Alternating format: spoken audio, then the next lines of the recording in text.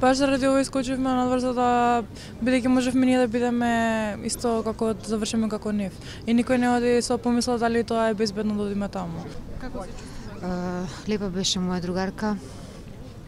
Многу се дружевме, многу се веселевме. Јас, значи, се уште не знам што да кажам. Значи, ова што се случи во оваа држава, значи, не знам зборови да употребам на ова што се дешава и ова што значи не снајде сите нас. Особено значи тие најблиските што сме.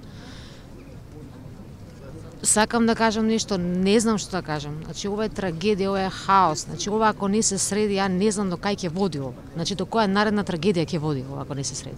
Да бидеме што безбедни држава. И да можеме да шетаме, да искачаме, да бидеме сигурни, функционираме нормално. Што правиме? До кај одиме? И ке чутиме вака, доста е чутење.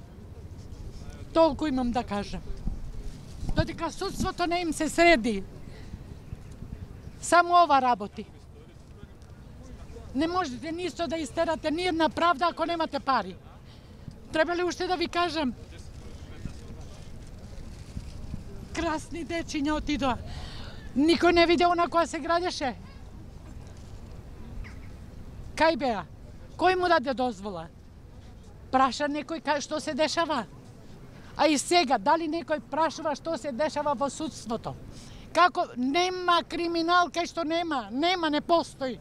Еден едини нека се најде чесен во судството. И сега што правда бараме? Додека нема правда, нема ништо.